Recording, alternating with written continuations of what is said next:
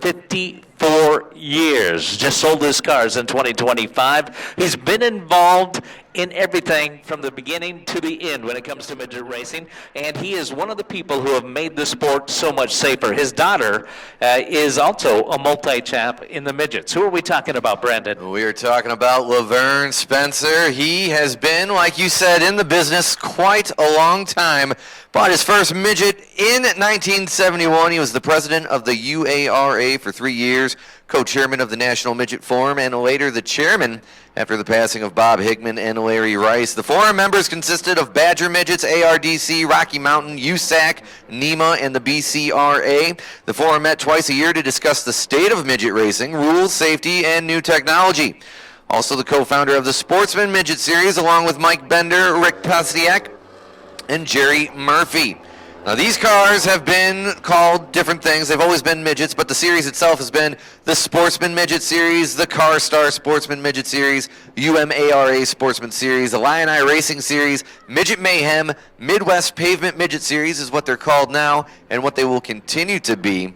And he's had over 18 championships out of his own race barn. His daughter, Sue Spencer, had 5. Joe Nipple had 5. Scott Kerner had 7. And Ray Seach with 1. 54 years as a midget race car owner, and tonight we honor him with the LaVerne Spencer Classic. He's going to be out in the middle of the infield here while this race is going on. As we get ready for topless midgets here at the Grundy County Speedway, the Midwest Pavement Midget Series presented by Mike Moore Miles. Brandon, who's got the pole? On the pole, we have the number 88K. That's the maroon in the high-performance lubricants, Kevin Coleman.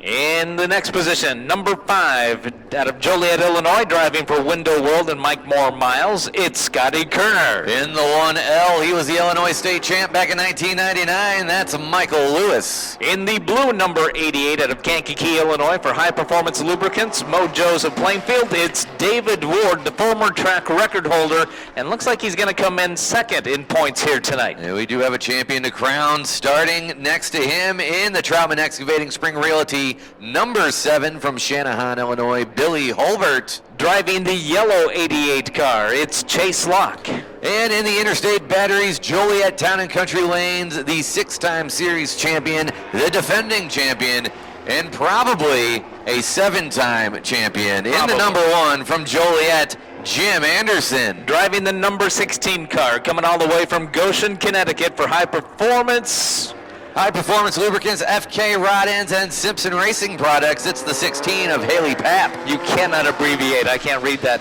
In the number 22 car out of Wilmington, Illinois, driving for Battery Jack, Basil Hicks. And in the number 17 High Performance Lubricants car from Kankakee, Greg Brooker. Out of Lockport, driving the number 9 for Battery Jack and Roger Ingstrom-owned Scotty Dunning. And in the number 6B from Shorewood, Jeremy Beta. 82 out of Yorkville, Illinois, GP Cycle Sports Car Star. It is Nick Gromas. He's had some issues out on the track today. Glad to see him back here for the main event. He's out there, and it's actually his mom, Dan's birthday today. I was told she's going to be in the audience tonight watching the race, so happy birthday. The Grundy County Speedway is the perfect track for midgets. They were designed specifically to let midgets run on them. These guys carry more speed in the corners than I could handle. If I was behind the wheel of one of those cars, I'd probably black out. You might. It's mostly all gas, no brake, but they do hit the brakes going into the corners. They hit the speedway, or the straightaway, I should say, at about 110 miles an hour. I know Mike Motherway told me that's what they clocked one of the cars going down the backstretch. And then they dropped down to about 88, 90 miles an hour in the turn. That's right, we have no rookies in the field. They have all made it, so they all start where they want. Or start where they qualified, I should say. Right. If they wanted to start where they want, they'd all be on the front row. Yeah, it'd just be horrible there. It'd be 4 wide. I am expecting to see some 4 wide corners here in this race as the battle continues. Every point matters in the final race.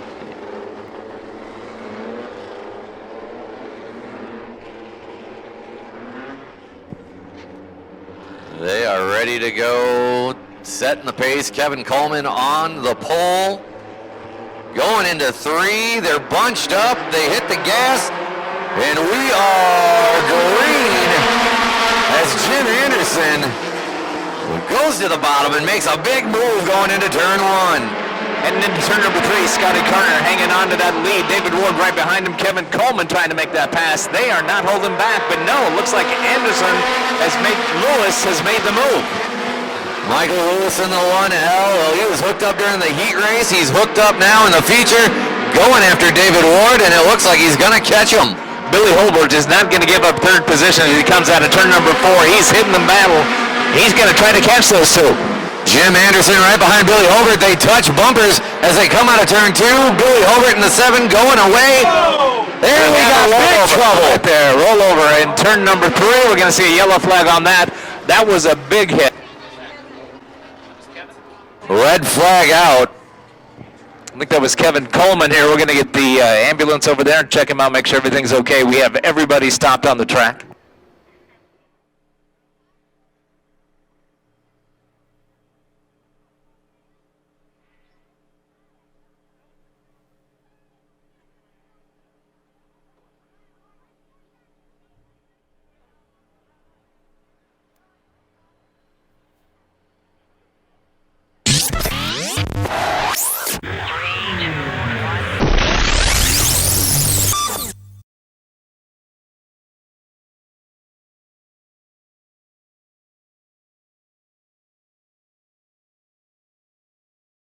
Todd. Well, I'm looking at him going, I can't tell the difference, and you're the one who pointed out the side panel. I guess you're right.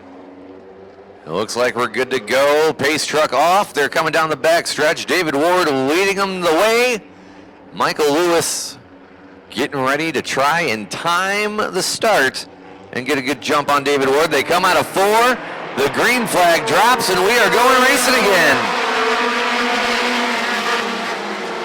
Coming into turn number 2, David Ward holding on to that lead, followed by Michael Lewis, Billy Holbert, and Jim Anderson. He's going to try to make a move as he comes out of turn number 4.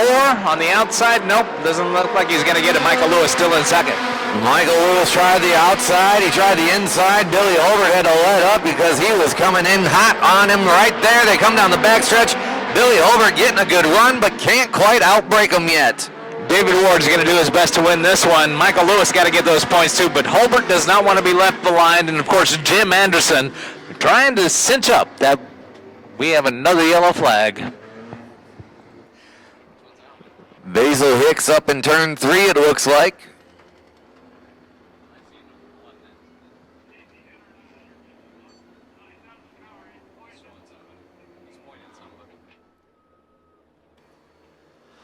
And the number 22 of Basil Hicks done for the night as he's on the wrecker, heading back to the pits. It is definitely a battle. David Ward has got a big job on his hand trying to hang on to that first position. Looks like 1 to green. Started with 13. We are down to 9.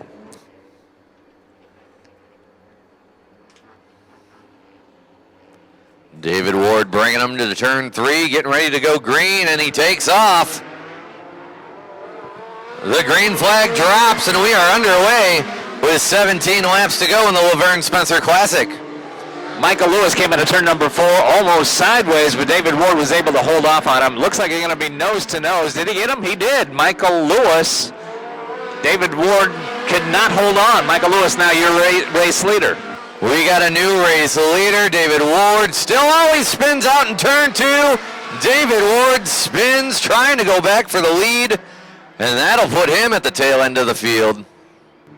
So 1 to go, and we will get back to green flag racing. Michael Lewis going to try to hang on, followed by Billy Holbert, Jim Anderson, Scotty Corner, Chase Locke, Scott Dunning, Greg Brooker, and then we'll have David Ward rounding up the end. David Ward is going to do his best to make up as many places as he can in the next 16 laps.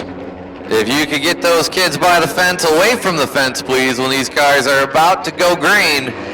Thank you very much. We are green, and Michael Lewis pulling away right off the start, but Billy Holbert is not going to give up, and Jim Anderson running down Holbert in that number 1.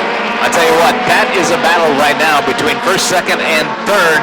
And you know what, even in 4th, Jim Anderson hanging on as much as he can and trying to make that move. He's in 3rd right now.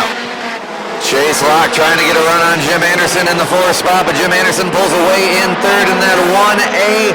7 of Billy Holbert trying, but he can't gain any ground quite yet on the number 1L of Michael Lewis. Michael Lewis seems to have the magic juice here tonight, and he definitely has the line as he continues to increase his lead. Billy Holbert trying to hang on to second. Jim Anderson trying to move up and get those points. David Ward battling with Scott Dunning, it looks like, back there. He's trying the inside. He gets him. Coming to the line with 13 laps to go. David Ward is definitely hungry for as many points as he can get, but Michael Lewis is not going to give it up. Billy Holbert trying to beat out Jim Anderson. It is quite a battle right now as we head into turn number 1. Michael Lewis coming out of 2 with 12 laps to go. Billy Holbert trying to run him down, but I don't think he's going to get him. Michael Lewis has pretty much been the fastest car of the night, and Jim Anderson running comfortably in the third with Chase Locke right behind him in fourth in the 88L. Jim Anderson got 14.971 on that last lap, so that was the fastest lap. He is doing his best to get in front of Billy Holbert. Michael Lewis may be too far ahead, but we got 10 laps to find out. 10 laps to find out. Jim Anderson still the fastest car on the track. Actually, I take that back. Michael Lewis beat him by about 1/1000th of a second. Got a little spacing now between the top 4. Looks like he's going to keep going. Chase Locke is doing his best to get up into that group and cause a little mayhem. Michael Lewis slowly pulling away, but he's coming up to lap traffic of the number 17B of Greg Brooker. Hopefully he can stay low and get around him, but that could come into play for the number 7 of Billy Holbert. And knowing Billy Holbert, he's going to try to take advantage of that once they hit that lap traffic. Jim Anderson's going to jump in there too. Michael Lewis doing his best to keep that lead as long as he can. Greg Brooker gets out of the way as Michael Lewis goes around him on the outside. 7 laps to go. This is the Michael Lewis show, it's looking like. But Billy Holbert has not given up, and neither is Jim Anderson, as Jim Anderson's going to take the inside. And oh, what a cut right there as they pass the lap car of Greg Brooker. Ooh, that was about as close as they get. Holbert is not going to take any off the wreck. Look, we have a spin out coming out of turn number 2. The number 9 of Scott Dunning spinning around in turn 2. 6 laps to go. Here tonight. Looks like they're pushing Scott Dunning off the track into the pits. So whatever happened, he's not going to be able to refire. And he's got the magic fuel in there because that guy is just jumping off the line so quick it's not even funny. Into turn number 3, everybody's bunched up. Will he be able to do it again, or will Holbert get him? Let's find out. Holbert staying with him as they come out of 4. Gets a little loose out of there. The green flag drops. And Jim Anderson trying the outside, cuts back underneath. And Michael Lewis pulling away down the backstretch, and another spin in turn 2 of the number 5 of Scott Kerner. Scott Kerner lost traction out of turn number 2. Again, he's on the infield. That'll bring back out the yellow. 6 laps still. Chase Locke wants to stay in that mix as well. As we head into turn number 3, everybody is bunched up. We're going to see that green flag drop. Brake check on turn number 3, and they are green with Michael Lewis taking the lead again. Scott Kerner getting a little sideways coming out of there. But we're still green as they come into 3 with Michael Lewis in the lead, riding that middle lane just perfectly with 5 laps to go. Jim Anderson doing his best to get past Billy Holbert and make a move on Michael Lewis. 5 laps to do it. We'll see if he can make it happen. Chase Locke is trying to... Trouble with David Ward on the backstretch. He's slowing down.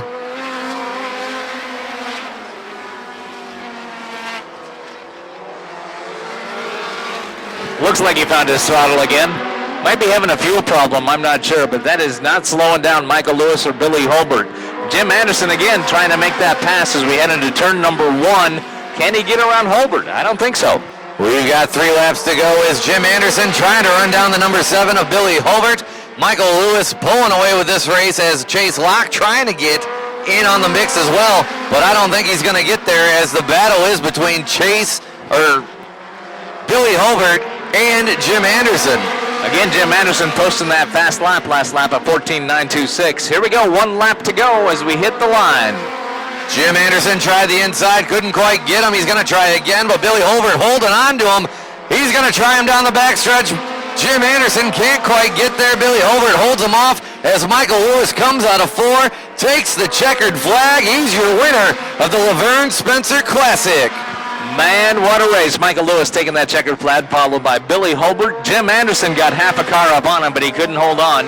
Chase Locke coming in at 4th, and Scotty Kerner at number 5. Make some noise for your winner tonight, Michael Lewis, as he comes up to the Hollywood Casino Victory Lane. Put your hands together and make some real loud noise. That was a hard-fought race.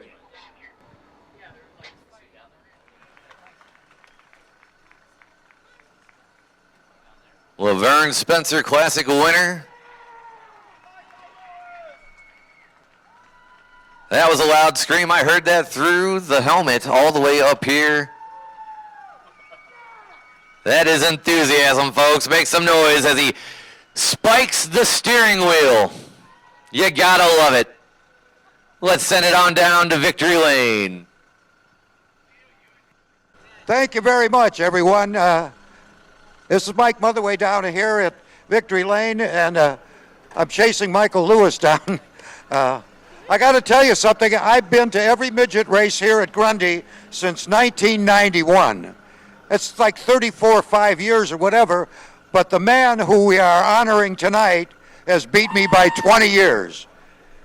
This man, LaVerne Spencer, started midget racing in 1971. His cars have won 18 championships. He's had 2 associations. He has met with groups all over the country to increase the safety of these cars. And he is our honoree tonight. He's 88 years old, and a year or so ago he sold all his race cars for health reasons. So we're honoring a man who was really the backbone of midget racing in the area. Mike, come on over here and tell us about that show. Did you think it was ever going to end? No. Especially when we oiled the track down and they didn't do anything, and then they spent all those laps over there. I'm like, come on, let's go, let's go, let's go. That took me back to 1996. I was just going to say, folks, this man won the Illinois State Midget Championship here in 1996. What were you, 8 years old or something then? 18. 18 years old, 1996. He's back. This is his first year back here, and he wins a feature race, our wind-up of the year. Tell us what was going on out there, partner. Like I said, it took me back to the race we had at the Speedrome where they oiled the track down completely, and I won it on the top. In the Speedrome, you're on the bottom. And when they oiled the track down, like this says that written all over it. I don't remember what I did 2 hours ago. I don't know what I did 2 hours ago, but I remember that race 30 years ago, and it helped tonight. Oh, congratulations. But I got to thank the David and David Ward. This David works his butt off, does all the crummy jobs. Without these guys, it's not possible. High Performance Lubricants, the JR1 chassis was awesome. My wife, my kids, my in-laws, my parents. This is the first time my kids have got to see me win, and it's pretty special. Hey, how about that? Nice hand once again for tonight's winner, Michael Lewis. I got to thank my crew chief, Mr. Googlemucci over here. You spell that Googlemucci. He had me tuned up, and I appreciate all his help. Couldn't do it without him as well. Okay.